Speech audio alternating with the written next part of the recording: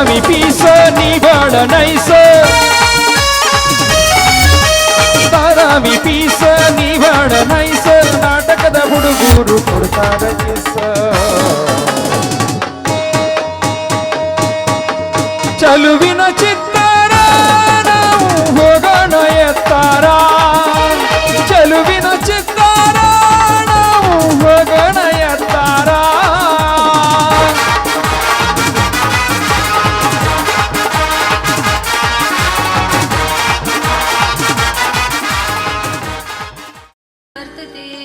उत्तिष्ठ नरशार्दूल कर्तव्यं दैवमान्हिकम्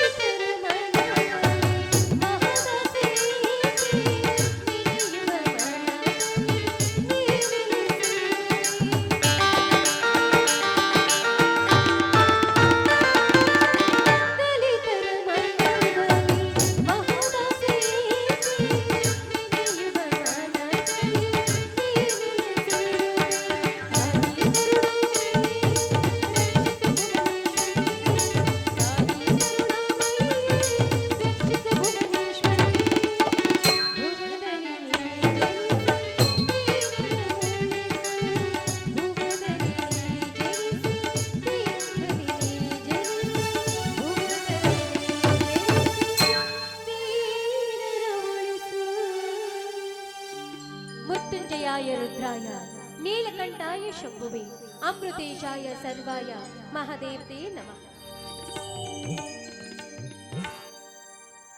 अम्मा ತಂದೆ ಬಸವೇಶ್ವರ ಈ 21ನೇ ಶತಮಾನದಲ್ಲಿ ನ್ಯಾಯ ನಿಷ್ಠೆಯಿಂದ ನಡೆದುಕೊಂಡಿದ್ಯಾದ್ರೆ ಸ್ವರ್ಗ ಸೇರುತ್ತದೆ ಅಂತ ತೋರಿಸಿಕೊಟ್ಟ ಕ್ರಾಂತ ವೀರನೇ। ಅಷ್ಟೇ ಅಲ್ಲಪ್ಪ, ದುಡಿಮೆಯೇ ದೇವರು ಎಂದು ತತ್ವವನ್ನ ನನ್ನ ಗಂಡನಿಗೆ ಈ ಮಾತನ್ನು ಅರಿತುಕೊಂಡು ಇಡೀ ಜಗಕ್ಕೆ ಒಳ್ಳೆ ಮನುಷ್ಯನಾಗಿ ಬದುಕಲು ಸಾಧ್ಯ ಅಂತ ತೋರಿಸಿಕೊಟ್ಟ ಮಹಾಪುರುಷ ನೀನು. ಆ ತತ್ವವನ್ನ ನನ್ನ ಗಂಡ ಅನುಸರಿಸಿ ಬಡ ಜನರಿಗೆ ಹಾಗೂ ರೈತರಿಗೆ ಸಹಾಯ ಮಾಡ್ತಾ ಇದ್ದಾನೆ. ಹಸಿದವರಿಗೆ ಅನ್ನದಾತನಾಗಿದ್ದಾನೆ. ಅಂತ ನನ್ನ ಗಂಡನನ್ನ 100 ಕಾಲ ಸುಖವಾಗಿಡು ಅಂತ ಈ ನಿನ್ನ ಮಗಳು ನಿನ್ನ ಹತ್ರ ಸೆರಗೊಡ್ಡಿ ಬೇಡಿಕೊಟ್ಟಿದ್ದಾಳೆ ನನ್ನಪ್ಪ.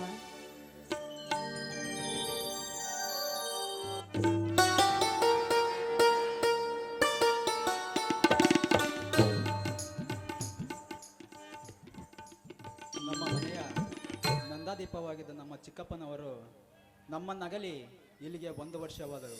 ಚಿಕ್ಕಪ್ಪ, ನೀವು ನಮ್ಮನ್ನು ಅಗಲಿ 1 ವರ್ಷವಾದರೂ ಕೂಡ ನಿಮ್ಮ ನೆನಪು ಮಾತ್ರ ನಮ್ಮ ಜೊತೆ ಸದಾ ಇರುತ್ತೆ. ನೀವು ನಮ್ಮೊಂದಿಗೆ ಸದಾ ಇರುತ್ತೀರಿ. ನೀವು ನಮಗೆ ಒಳ್ಳೆಯದು ಮಾಡಲೆಂದು ಆ ದೇವರಲ್ಲಿ ಬೇಡುತ್ತಾ ಈ ನನ್ನ 11ನೇ ಕಲಾ ಕುಸುಮವನ್ನು ನಿಮ್ಮ ಪಾದಕ್ಕೆ ಅರ್ಪಿಸುತ್ತೀನಿ. ಚಿಕ್ಕಪ್ಪ, ಆಶೀರ್ವದಿಸಿ.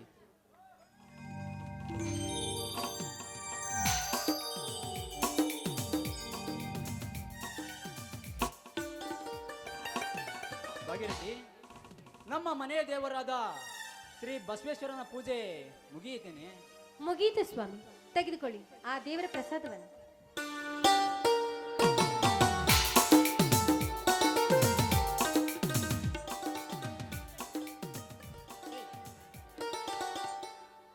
ಭಾಗೀರಥಿ, ನಮ್ಮ ಮನೆಯ ದೇವರಾದ ಆ ಶ್ರೀ ಬಸವೇಶ್ವರನ ಹತ್ತಿರ ಏನೆಂದು ಬೇಡಿಕೊಂಡೆ? ಇನ್ನೇನು ಬೇಡ್ಕೊಳ್ರಿ, ಈ ನನ್ನ ಮನೆತನದ ಮೇಲೆ ಯಾರು ಕೆಟ್ಟ ದೃಷ್ಟಿನೂ ಬೀಳದೇ ಇರಲಿ ಅಂತ ಬೇಡ್ಕೊಂಡೆ.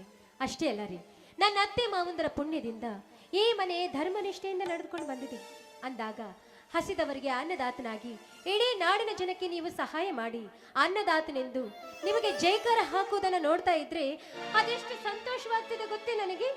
ಹೇ ಬಾಗಿ, ಜೈಕಾರ ಹಾಕಿಸಿಕೊಳ್ಳುವುದಕ್ಕೆ ಈ ಜನಸೇವೆ ಮಾಡುತ್ತಿಲ್ಲ ಭಾಗೀರಥಿ. ನಾನು ಜನಸೇವೆ ಮಾಡುತ್ತಿಲ್ಲ. ನೋಡು ಭಾಗೀರಥಿ, ಹಿಂದೆ ನಮ್ಮ ಮನೆತನದಲ್ಲಿ ತಲೆ ತಲಾಂತರದಿಂದ ನಡೆದುಕೊಂಡು ಬಂದಂತಹ ಸಿದ್ಧಾಂತಗಳನ್ನು ಮುಂದುವರಿಸಿಕೊಂಡು ಹೋಗಬೇಕೆನ್ನುವುದೇ ನನ್ನ ಆಸೆ ಭಾಗೀರಥಿ, ನನ್ನ ಆಸೆ. ಕಷ್ಟದಲ್ಲಿದ್ದವರಿಗೆ ಅನ್ನ ನೀಡಿ, ಕಷ್ಟದಲ್ಲಿದ್ದವರನ್ನು ಕೈ ಹಿಡಿದು ತನ್ನ ಹಾಕುವುದೇ ಈ ನ್ಯಾಯವಂತ ಧರ್ಮವಂತ ರಾಮಚಂದ್ರನ ಮನೆತನದ ಮರ್ಯಾದೆ.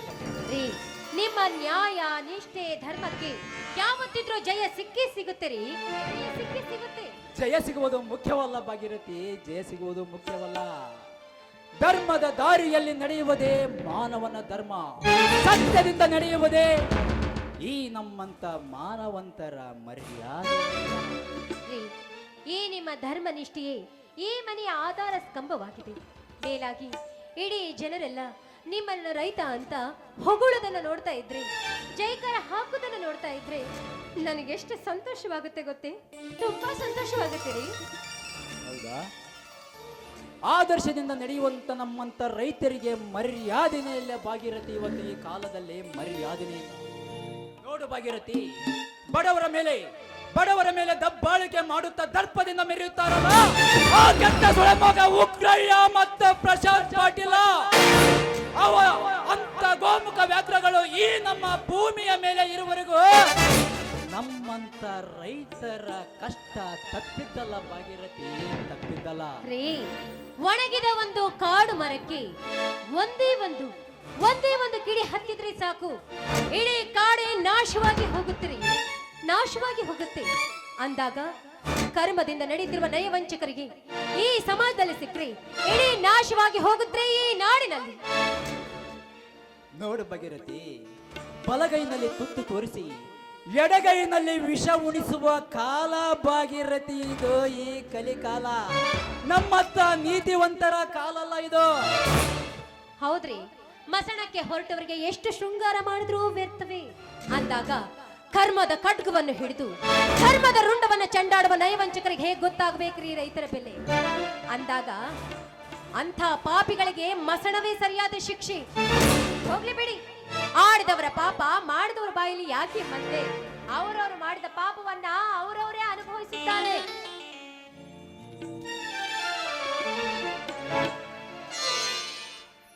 ಅಣ್ಣ, ಅತ್ತಿಗೆ, ಇಂದು ಪೊಲೀಸ್ ಇಂಟರ್ವ್ಯೂಗೆ ಅರ್ಜಿ ಹಾಕಿದ್ದೆ. ನಿಮ್ಮ ಒಪ್ಪಿಗೆ ಇದ್ದರೆ ಇಂಟರ್ವ್ಯೂಗೆ ಅಟೆಂಡ್ ಆಗುವೆ.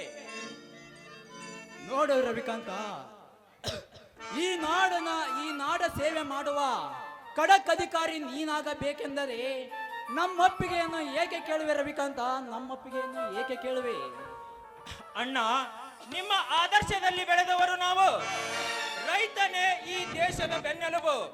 ನಮ್ಮಂತ ರೈತರ ಬೆರಳುಗಳು ಈ ಮಣ್ಣಿನಲ್ಲಿ ಕೆಲಸ ಮಾಡಿ ಸಕಲ ಜೀವರಾಶಿಗಳಿಗೆ ಅನ್ನದಾನ ಮಾಡುವುದೇ ಶ್ರೇಷ್ಠ ಎಂದು ನಮಗೆ ಮಾರ್ಗದರ್ಶನ ನೀಡಿದವರು ನೀವು. ಅದಕ್ಕಾಗಿ ನಿಮ್ಮ ಒಪ್ಪಿಗೆ ಕೇಳಿದೆ ಅಣ್ಣ. ನೀ ಹೇಳುವುದು ಸರಿ ಇದೆ ರವಿಕಾಂತ, ನೀ ಹೇಳಿಸುವುದು ಸರಿ ಇದೆ. ಈ ಭೂತಾಯಿಯ ಸೇವೆಯನ್ನು ಮಾಡಿ ಮಳೆ ಚಳಿ ಗಾಳಿ ಬಿಸಿಲನ್ನು ಲೆಕ್ಕಿಸದೆ ಹಗಲಿರಲು ಕಷ್ಟಪಟ್ಟು ದುಡಿಯುವ ರೈತನಿಗೆ ಇವತ್ತು ಕಾಸಿನ ಕಿಮ್ಮತ್ತು ಇಲ್ಲಪ್ಪ ರವಿಕಾಂತ. ಈ ಸಮಾಜದಲ್ಲಿ ಕಾಸಿನ ಕಿಮ್ಮತ್ತು ಇಲ್ಲ. ಅದೇ ಅದೇ ಸರ್ಕಾರಿ ಕೆಲಸದಲ್ಲಿರುವ ಒಬ್ಬ ಅಧಿಕಾರಿಗೆ ಸಲಾಂ ಹೊಡೆದು ಸನ್ಮಾನ ಮಾಡುತ್ತಾರೆ ರವಿಕಾಂತ. ಈಗಿನ ಈ ಕೆಟ್ಟ ರಾಜಕೀಯ ಧುರೀಣರು ಅಂತದರಲ್ಲಿ ಆದರೆ ಮಳೆ ಚಳಿ ಬಿಸಿಲು ಮಳೆಯನ್ನು ಲೆಕ್ಕಿಸದೆ ಹಗಲಿರುಳು ಕಷ್ಟಪಟ್ಟು ದುಡಿದರು ತುತ್ತನ್ನ ಕಾಣದ ಬೀದಿ ಬಿಕಾರಿಯಾಗಿದ್ದಾನಪ್ಪ ರೈತ ಇವತ್ತು. ಹೌದ್ರಿ, ರಾಜ್ಯ ಸಿಂಹಾಸನದ ಮೇಲೆ ಕುಳಿತು ರಾಜ್ಯಭಾರ ಮಾಡುತ್ತಿರುವ ನಯವಂಚಕರಿಗೆ ಹೇಗೆ ಗೊತ್ತಾಗಬೇಕ್ರಿ ಈ ನಾಡಿನ ರೈತರ ಬೆಲೆ? ನೋಡಪ್ಪ ಮೈದುನ, ನೀನೊಬ್ಬ ಪೊಲೀಸ್ ಅಧಿಕಾರಿಯಾಗಿ ಅಂಥ ನಯವಂಚಕರಿಗೆ ತಕ್ಕ ಬುದ್ಧಿ ಕಲಿಸ್ಲಿಕ್ಕೆ ನೀನೊಬ್ಬ ದಟ್ಟ ಪೊಲೀಸ್ ಅಧಿಕಾರಿ ಆಗ್ಲೇಬೇಕು. ಆ ಉಗ್ರಯ್ಯ ಹಾಗೂ ಆ ಪ್ರಕಾಶ್ ಪಾಟೀಲ್ ಅಂತವರಿಗೆ ಬುದ್ಧಿ ಕಲಿಸ್ಲಿಕ್ಕೆ ನೀನೊಬ್ಬ ಪೊಲೀಸ್ ಅಧಿಕಾರಿ ಆಗ್ಲೇಬೇಕಪ್ಪ. ಅತ್ತಿಗೆ, ಆ ಉಗ್ರಯ್ಯ ಮತ್ತು ಪ್ರಶಾಂತ್ ಪಾಟೀಲರಂತ ಪುಂಡ ಪುಟಾರಿಗಳಿಗೆ ಕೈಗೊಳ್ಳ ತೊಡಿಸಿ SP ಸಾಂಗ್ಲಿಯಾನ IPS ಕೆಂಪಯ್ಯರ್ ಅಂತ ನಿಷ್ಠಾವಂತ ಅಧಿಕಾರಿಯಾಗಿ ಈ ನ್ಯಾಯ ದೇವತೆಗೆ ಅನ್ಯಾಯವೆಸಗಿ ಕೊಲೆ ಸುಲಿಗೆಯನ್ನು ಮಾಡಿ ಈ ಕನ್ನಡ ನಾಡನ್ನು ಕರಾಳ ನಾಡನ್ನಾಗಿ ಮಾಡುವ ಭ್ರಷ್ಟ ರಾಜಕಾರಣಿ ಇರಲಿ, ಕೆಟ್ಟ ಅಧಿಕಾರಿ ಇರಲಿ, ಅಂತವರಿಗೆ ಕೈಗೋಳ ತೊಡಿಸುವುದೇ ನನ್ನ ಮುಂದಿನ ಗುರಿ ಅತ್ತಿಗೆ. ಸಹೋದರ ರವಿಕಾಂತ, ಕಾಕಿ ಕಾದಿ ಕಾವಿ ಇವು ಮೂರು ನಮ್ಮ ಕನ್ನಡ ನಾಡಿನ ನ್ಯಾಯಸ್ತಂಭವಪ್ಪ, ನ್ಯಾಯಸ್ತಂಭಗಳು. ಈ ಕಾಕಿ ಕಾದಿ ಕಾವಿ ತಮ್ಮ ಕರ್ತವ್ಯವನ್ನು ತಾವು ನಿಯತ್ತಾಗಿ ಮಾಡಿದ್ದರೆ ಇವತ್ತು ಈ ನಮ್ಮ ಭಾರತಾಂಬೆ ಅರೆಬತ್ತಲೆಯಲ್ಲಿ ನಿಲ್ಲಿಸುತ್ತಿರಲಿಲ್ಲ. ನೋಡು ರವಿಕಾಂತ, ಈ ಕಾಕಿ ಕಾದಿಯನ್ನು ಕೈವಶ ಮಾಡಿಕೊಂಡು ಎಲ್ಲ ತಮ್ಮ ಕೆಲಸಗಳನ್ನು ಮಾಡಿಕೊಳ್ಳುತ್ತಾ ಬಹಳ ಹಗರಣವನ್ನು ಮಾಡುತ್ತಾ ನಡೆದಿದ್ದಾರೆ ಈಗಿನ ದುಷ್ಟ ರಾಜಕಾರಣಿಗಳು.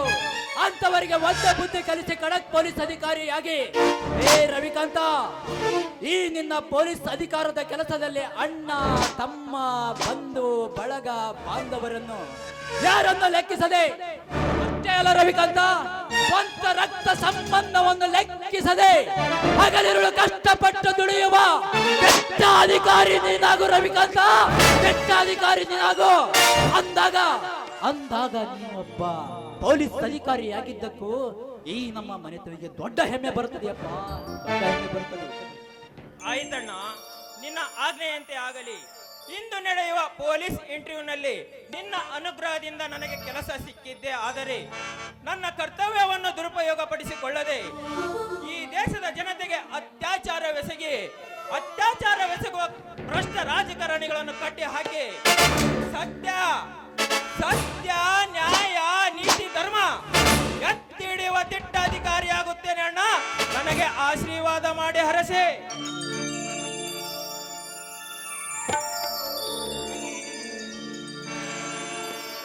ಆಗ್ಲಿ ವೈದ್ಯನ, ಆ ಬಸವೇಶ್ವರನ ಆಶೀರ್ವಾದ ಸದಾ ನಿನ್ನ ಮೇಲೆ ಇರಲಿ. ಹೋಗಿ ಬಾ, ಜೈ ಶ್ರೀನಾಗಿ. ಆಯ್ತತ್ತಿಗೆ, ನಾನೇನು ಬರುತ್ತೇನೆ. ಆಯ್ತು.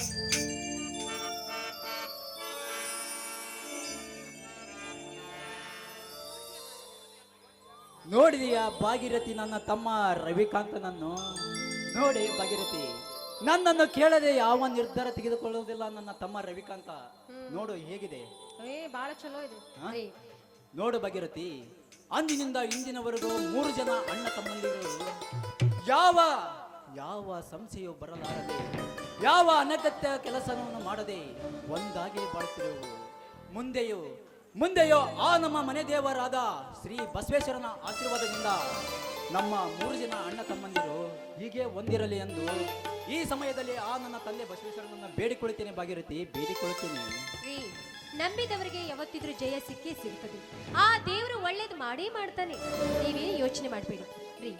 ಹುಟ್ಟುತ್ತಾ ಅಣ್ಣ ತಮ್ಮಂದ್ರು, ಬೆಳೆಯುತ್ತಾ ದಾಯಾದಿಗಳು ಎಂಬ ಮಾತು ಈಗಿನ ಕಾಲದಲ್ಲಿಲ್ಲ.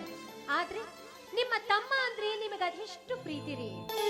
ಈ ನನ್ನ ಬದುಕು ಎಂಬ ಬಾಳಂಗದಲ್ಲಿ ಕತೆಗಾರನಾಗಿ ಬಂದ ನೀವೇ ನನ್ನ ಬಾಳಿನ ಚಂದಿರನ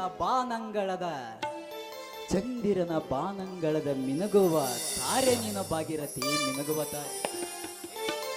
ಭಾಗೀರಥಿ, ನಿನ್ನಂತ ನಯನವಾದ ಹೆಣ್ಣು ಸಿಕ್ಕಿದ್ದು ನನ್ನ 7 ಜನ್ಮದ ಪುಣ್ಯ ಕಣೆ. ನೋಡು ಭಾಗೀರಥಿ, ನೀನು ಈ ಬಂಗಾರ ಮನೆಯ ಶೃಂಗಾರದ ಗೊಂಬೆ. ಆದರೆ ನಾನು ಶೃಂಗಾರವಿಲ್ಲದ ಬಡವ. ನಾನು ಭಾಗೀರಥಿ, ಬಡವ. ಆದರೆ ನಿನ್ನ ಪ್ರೀತಿ ನನಗೆ ಸಿಕ್ಕಿತೆಂದರೆ ನನ್ನ ಬಾಳು ಬಂಗಾರವಾಗುವುದರಲ್ಲಿ ಸಂದೇಹವೇ ಇಲ್ಲ ಭಾಗಿ, ಸಂದೇಹವೇ ಇಲ್ಲ. ಇದೇನ್ರಿ ಈ ನಿಮ್ಮ ಮಾತು ಬಲು ತಮಾಷೆಯಾಗಿ ಮಾತಾಡ್ತಿದ್ದೀರಿ. ಸರಿ, ನಿನ್ನ ಇಂಪಾದ ಕಂಠದಿಂದ ಹೊರಹೊಮ್ಮಲಿ ಒಂದು ಸುಮಧುರ ಗಾಯನ. ಹೌದು, ನಿಮಗೆ ಶೃಂಗಾರ, ನೀವೇ ನನ್ನ ಬಾಳಿನ ಬಂಗಾರ. ಮತ್ತೇಕೆ ತಡ? ಹ, ಈ ಮನ್ಮಥನಿಗೆ ಕೊಡುವೆಯಾ ಒಂದು? ಏನು ಮುತ್ತ? ಇವಾಗ ಬೇಡ, ಈ ಫಸ್ಟ್ ಸಾಂಗ್.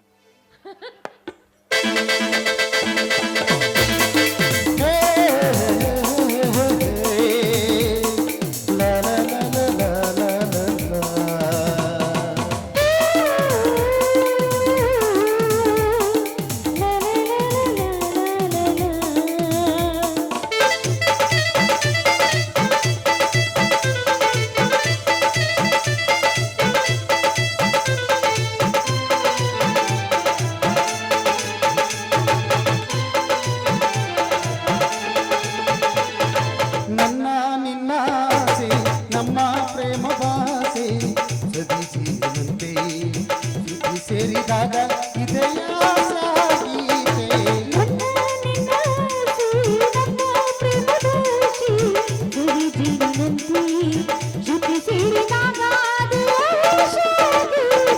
ನನ್ನ ನಿನ್ನ ಆಸೆ, ನಮ್ಮ ಪ್ರೇಮ ಭಾಷೆ ಸುದಿ ಜೀವನಂತೆ.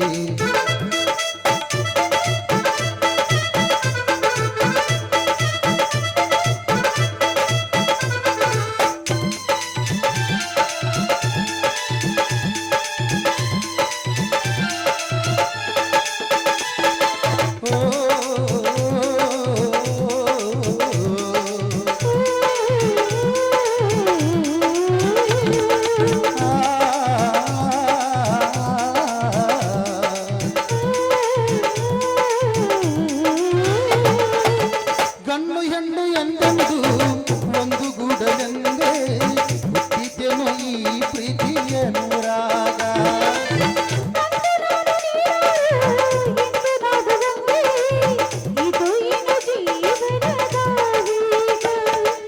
ಏನೋ ಏನು ಕನಸು, ಎಲ್ಲೋ ಏನು ಮನಸ್ಸು,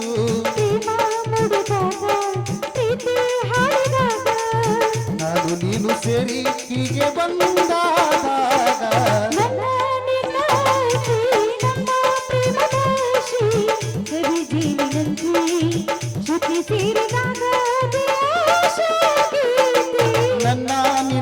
ಆಸೆ, ನಮ್ಮ ಪ್ರೇಮ ಭಾಷೆ ಸದಿ ಜೀವನಂತೆ.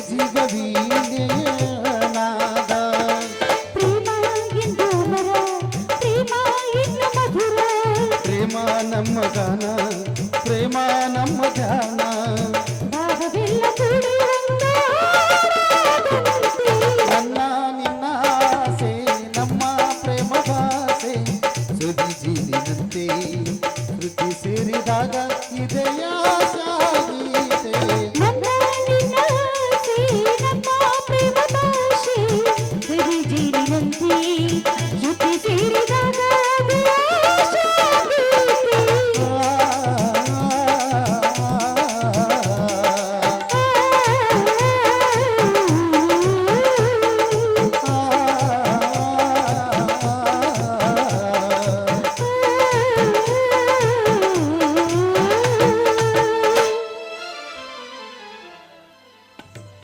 ಹೇ ಭಾಗೀರಥಿ, ಈ ನಿನ್ನ ಇಂಪಾದ ಗಾಯನ ಕೇಳುವುದರಲ್ಲಿ ನನಗೆ ಸಮಯ ಹೋಗಿದ್ದೇ ಗೊತ್ತಾಗಲಿಲ್ಲ.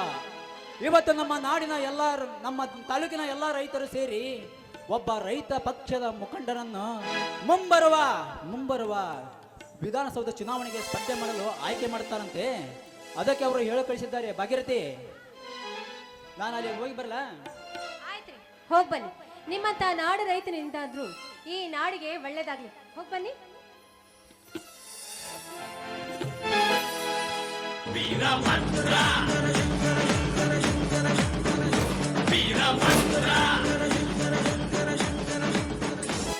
ಯಾಕಂಡ ಎಲ್ಲಿಗೆ ಹೊರಟಿರುವೆ?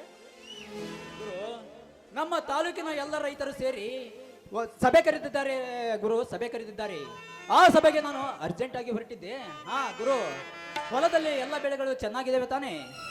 ತಾಯಿಯನ್ನೇ ನಂಬಿ ತಾಯಿ ಮಡಿಲಲ್ಲಿ ದುಡಿಯುವ ನಮಗೆ ನಮ್ಮ ಭೂಮಿ ತಾಯಿ ಒಳ್ಳೆಯ ಬೆಳೆಯನ್ನೇ ಕಲ್ಪಿಸುತ್ತಾಳೆ ಅಣ್ಣ. ಒಳ್ಳೆಯ ಬೆಳೆಯನ್ನೇ ಕಲ್ಪಿಸಿದ್ದಾಳೆ.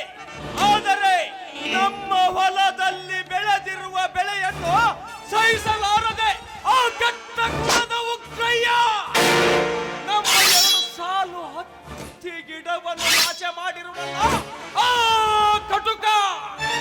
ಹೋಗಲಿ ಬಿಡು ಗುರು, ಹೋಗಲಿ ಬಿಡು. ಕೊಡುವ ದೇವರು ಬಡವನಲ್ಲ. ಕೊಡಬೇಕೆಂದರೆ ಗುರು 2 ಸಾಲಿನಲ್ಲಿ ಕೊಡುತ್ತಾಳೆ ಆ ಭೂಮಿ ತಾಯಿ. ಅಣ್ಣ, ಕೊಡುತ್ತಾನೆ ಎಂದು ಕೈ ಕಟ್ಟಿ ಕುಳಿತರೆ ಬೆಳೆ ಬರಲಾರದು ಅಣ್ಣ, ಬೆಳೆ ಬರಲಾರದು. ಕಷ್ಟಪಟ್ಟು ದುಡಿದಾಗಲೇ ಒಳ್ಳೆ ಬೆಳೆ ಬರಲು ಸಾಧ್ಯ ಅಣ್ಣ, ಒಳ್ಳೆ ಬೆಳೆ ಬರಲು ಸಾಧ್ಯ. ಕಷ್ಟಪಟ್ಟ ಬೆಳೆದ ಬೆಳೆಯಲ್ಲಿ ನಾಶ ಮಾಡಿರುವುದಲ್ಲ ಆ ಕೆಟ್ಟ ಕುಲದ ಉಗ್ರಯ್ಯ. ಉಗ್ರಯ್ಯ, ನಿನ್ನನ್ನು ಇಂಚಿಂಚಾಗಿ ಕತ್ತರಿಸಿದರು ನನ್ನ ಕೋಪ ತೀರುವುದಿಲ್ಲಣ್ಣ, ನನ್ನ ಕೋಪ ತೀರುವುದಿಲ್ಲ. ಆ ಉಗ್ರಯ್ಯನ ನಂದಾದೀಪವನ್ನು ನಂದಿಸಬೇಕಾದರೆ ಅಣ್ಣ ಈ ಗುರು ಕೈ ಎತ್ತಿ ನಿಲ್ಲಬೇಕಣ್ಣ, ಈ ಗುರು ಕೈ ಎತ್ತಿ ನಿಲ್ಲಬೇಕು. ಬಡತನದ ಬಾಳಿಗೆ ನಾನೊಂದು ಹೊಸ ದೀಪ ಹಚ್ಚಲೇಬೇಕಣ್ಣ. ಸೌಕಾರರ ಅಟ್ಟಹಾಸಕ್ಕೆ ಸವಾಲಾಗಿ ನಾನಾಗಬೇಕು. ನೋಡು ಗುರು, ನಿನಗೆ ಎಷ್ಟು ಶೌರ್ಯವಿದೆ ಎಂಬುದು ನನಗೆ ಗೊತ್ತಪ್ಪ, ನನಗೆ ಗೊತ್ತು. ಕೈಲಿ ಹೇಳಿದ ಮಾತನ್ನು ಬರೀ ಸನ್ನೆಯಲ್ಲಿ ಹೇಳಿದ ಮಾತನ್ನು ಕೈಲಿ ಮುಗಿಸಿಕೊಂಡು ಬರಿತಿ ಎನ್ನುವುದು ಗೊತ್ತು. ನೋಡಪ್ಪ ತಮ್ಮ, ಕೋಪದ ಕೈಯಲ್ಲಿ ಬುದ್ಧಿ ಕೊಡುವುದು ಬೇಡ. ಕೋಪದ ಕೈಯಲ್ಲಿ ಬುದ್ಧಿ ಕೊಟ್ಟು ಹಿಡಿ ಕಾಳಿಗಾಗಿ ಪಡಿ ಕಾಳು ಕಳೆದುಕೊಳ್ಳುವುದು ಬೇಡಪ್ಪ, ಕಳೆದುಕೊಳ್ಳುವುದು ಬೇಡ. ಆ ಉಗ್ರಯ್ಯ ಮತ್ತು ಪ್ರಶಾಂತ್ ಪಾಟೀಲ ಮೊದಲೇ ಅವರು ಕೆಟ್ಟ ಕುಲದವರು. ಅಂತ ಕೆಟ್ಟವರ ಸವಾಸ ನಮಗೆ ಬೇಡಪ್ಪ, ನಮಗೆ ಬೇಡವೇ ಬೇಡ.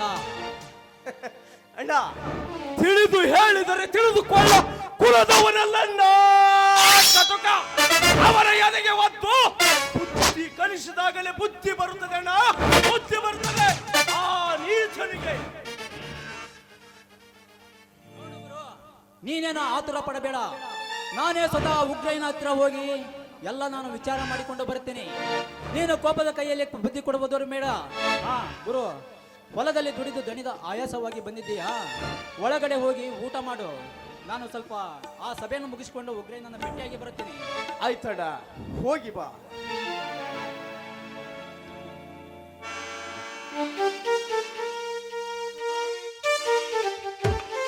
ಕಾವೇರಿ, ಹೇ ಕಾವೇರಿ, ಏನ್ ಮಾಡ್ತಾ ಇದೀಯಾ ಒಳಗಡೆ?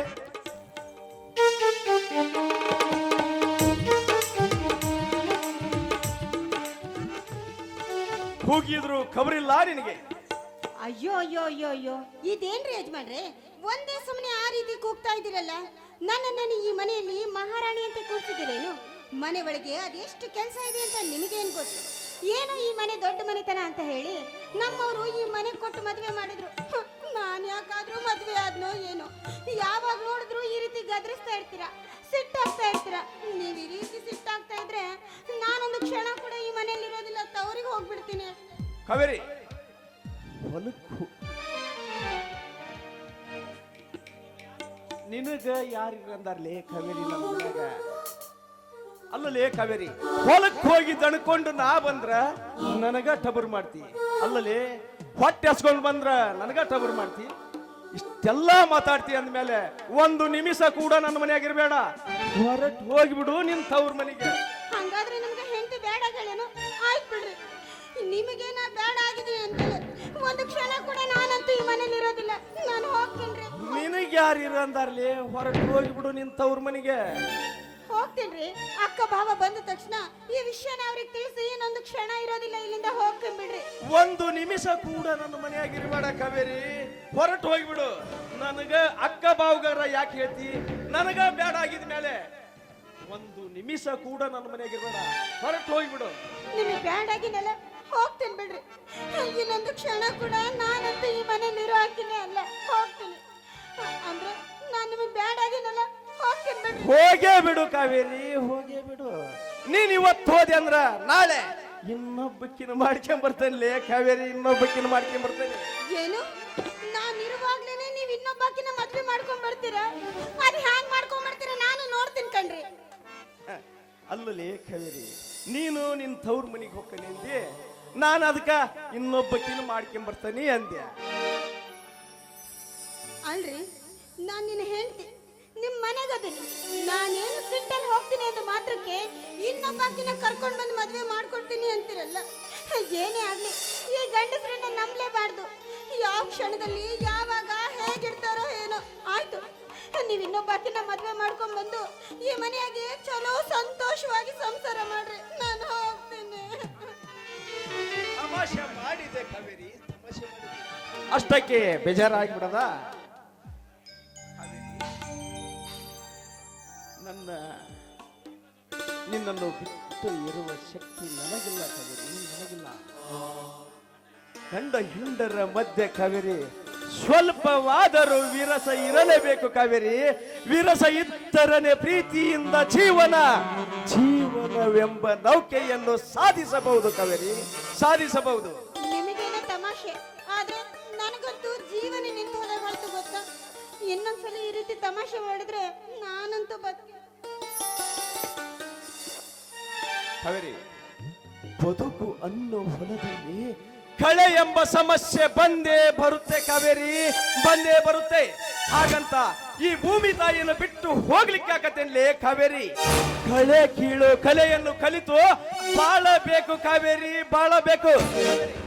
ನನ್ನ ನಿನ್ನ ಮಧ್ಯ ಎಷ್ಟೇ ಸಮಸ್ಯೆ ಇದ್ದರೂ ಅದನ್ನು ಪ್ರೀತಿಯಿಂದ ಬಾಳಬೇಕು ಕಾವೇರಿ. ನಿನ್ನ ಜೊತೆಯಿಂದ ಪ್ರೀತಿಯಾಗಿ ಬಾಳುವೆ.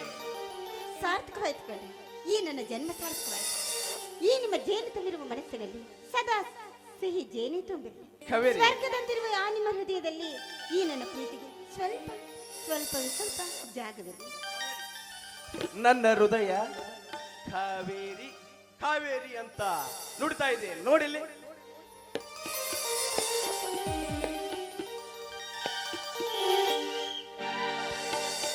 ಇಂದು ಆನಂದ ನಾ ತಾಳಲಾರೆ,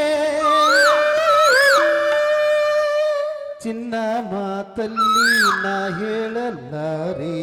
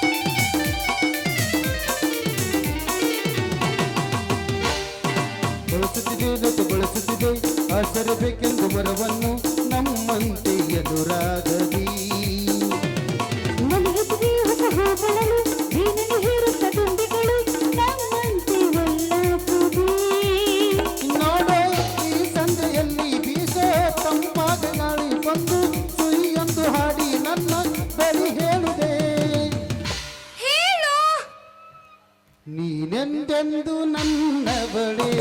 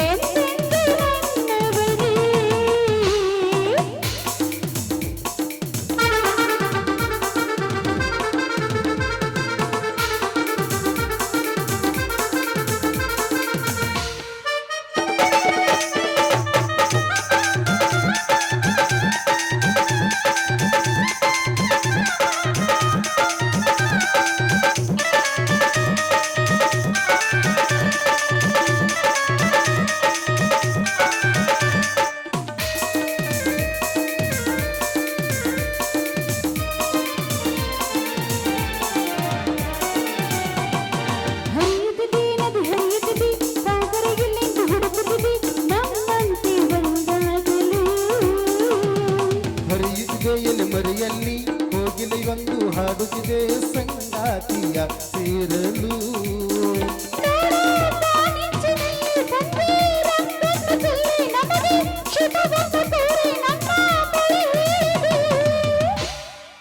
I love you, Mama.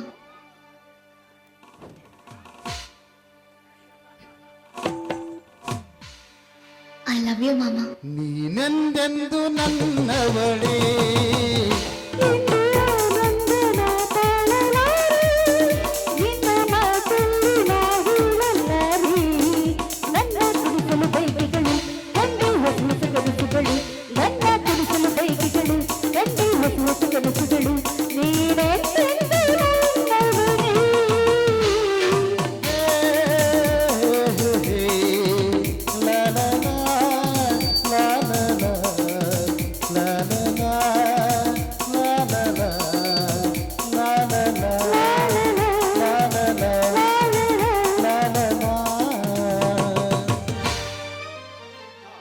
Kaveri ಊಟಕ್ಕೆ ಬಡಿಸುವ. ಅಯ್ಯಯ್ಯೋ, ಅದನ್ನಾದ್ರೂ ಪ್ರೀತಿಯಿಂದ ಹೇಳಿ, ಯಾಕೆ ಆ ರೀತಿ ಸಿಟ್ಟಾಗ್ತೀರಾ?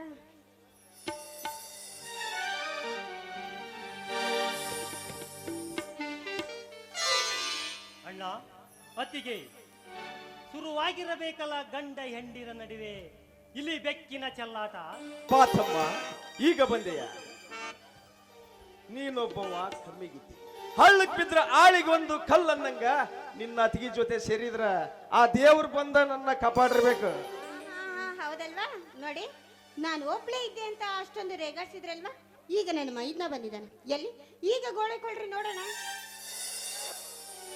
ನೀವಂತ ಇವನ ಜೊತೆ ಇರಿವ್ರಿ ಅತ್ತಿಗೆ, ಮತ್ತಾರ್ಯಾರಾಗಿದ್ದರೆ ಅವ್ರ ಮನೆಗೆ ಹೋಗಿ ಬಿಡ್ತಿದ್ರು ಇಷ್ಟತ್ಲೆ.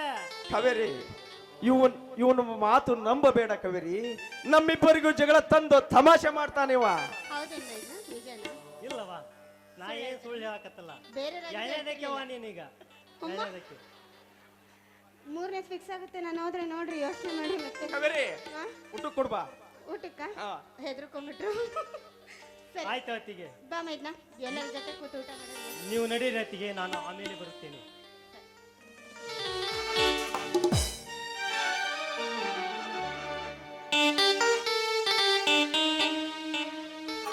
ಅಣ್ಣ ಏಕಣ್ಣ, ಈಗ ಬಂದೇನಣ್ಣ. ಏಕಣ್ಣ, ದಿಗ್ಭ್ರಮೆಯಾಗಿ ಬಂದು ನಿಂತಿರುವೆಯಲ್ಲ, ಏನಾಯಿತು? ಹೌದು ಬ್ರಹ್ಮ, ಈಗ ತಾನೇ ಬಂದೆ.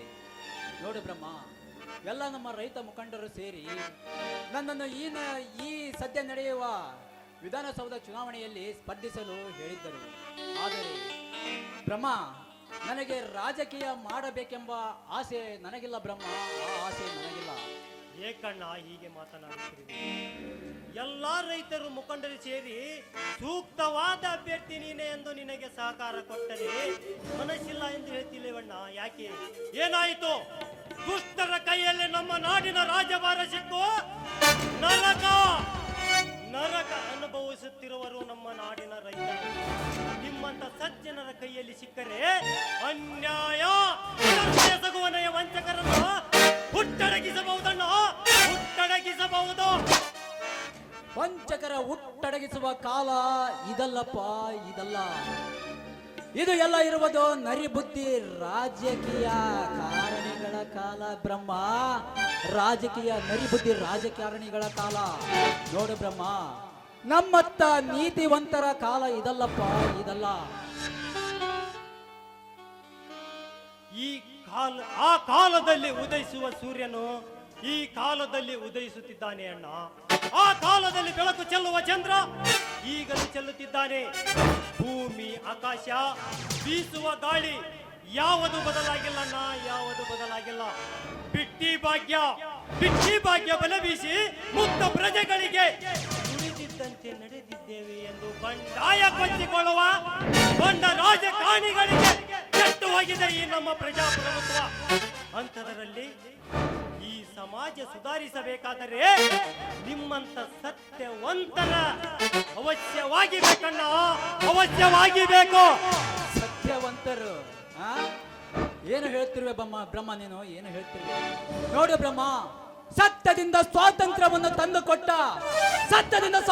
ತಂದುಕೊಟ್ಟ ಮಹಾತ್ಮ ಗಾಂಧಿಯನ್ನೇ ಬಿಡಲಿಲ್ಲಪ್ಪ ಈ ನಮ್ಮ ಕೆಟ್ಟ ಸಮಾಜ.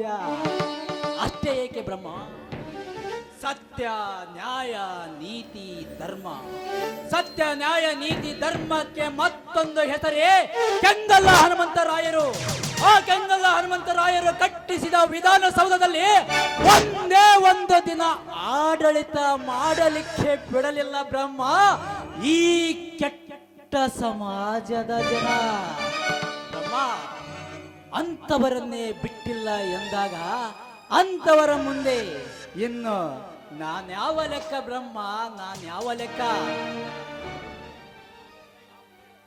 ನೋಡು ಬ್ರಹ್ಮ, ಆ ಉಗ್ರಯ್ಯ ಪ್ರಶಾಂತ್ ಪಾಟೀಲ್ ನನ್ನನ್ನು ಅವರ ಮನೆಗೆ ಕರೆಸಿ ತಾಕೀತು ಮಾಡಿದ್ದಾರೆ. ನಾನು ಮುಂದೆ ನಡೆಯುವ ಚುನಾವಣೆಗೆ ಸ್ಪರ್ಧಿಸಬೇಡ ಎಂದು. ಏನು ಹೇಳ್ತಿರುವಿ ಅಣ್ಣ? ಪ್ರತಿಯೊಬ್ಬ ಪ್ರಜೆಗೂ ಚುನಾವಣೆಯಲ್ಲಿ ಸ್ಪರ್ಧಿಸಲು ಅವಕಾಶ ಇರುವುದು. ಅವಕಾಶ ಅಷ್ಟೇ ಅಲ್ಲ ಅಣ್ಣ, ಅದು ಅವರ ಹಕ್ಕು. ಬೇಡ ಎನ್ನಲು ಪ್ರಜಾಪ್ರಭುತ್ವ ಅವರ ಅಪ್ಪಂದೇನು ಅಣ್ಣ. ನೀನು ರಾಜಕೀಯದಲ್ಲಿ ಸ್ಪರ್ಧಿಸಿದರೆ ಅವರ ರಾಜಕೀಯ ಕಳಂಕ ಕಳಚಿ ಬೀಳುವುದೆಂದು ನಿನಗೆ ಬೆದರಿಕೆ ಹಾಕಿದ್ದಾರೆ ಅಣ್ಣ. ಆ ಉಗ್ರ ಮತ್ತು ಪಾಟೀಲನ್ನ ಮುಗಿಸಿ ಬರೋಣ. ಬೇಡ ಬ್ರಹ್ಮ, ಬೇಡ. ಆ ಉಗ್ರಯ್ಯ ಪಾಟೀಲ ಮೊದಲೇ ದುಷ್ಟರು. ಆ ದುಷ್ಟರ ಸಹವಾಸ ನಮಗೆ ಬೇಡಪ್ಪ, ಬೇಡ. ಈ ರಾಜಕೀಯ ಸಹವಾಸನೆ ಬೇಡ, ಬಿಡು ಬ್ರಹ್ಮ, ಹೋಗಿ ಆ ಕಡೆ. ಕೆಟ್ಟವರೆಂದು ಭಯಪಟ್ಟರೆ ಪಟಂಗಿ ಸಾರಿ ಎದೆ ಉಬ್ಬಿಸಿಕೊಂಡು ಮೆರೆಯುತ್ತಾರಣ್ಣ. ಆ ಉಗ್ರಯ್ಯ ಮತ್ತು ಪ್ರಶಾಂತ್ ಪಾಟೀಲ್ಗ ಸರಿಯಾಗಿ ಬುದ್ಧಿ ಕಲಿಸಿ ಬರುತ್ತೇನೆ ಅಣ್ಣ. ಬ್ರಹ್ಮ, ನಿಂತ್ಕೋ ಬ್ರಹ್ಮ. ಛೇ, ಇವನು ಹೋಗಿದ್ದು ನೋಡಿದರೆ ಏನು ಅವಾಂತರವಾಗುತ್ತದೆ ಏನು. ನಾನು ಈ ವಿಷಯವನ್ನು ಇವನಿಗೆ ಹೇಳಲೇಬಾರದಾಗಿತ್ತು.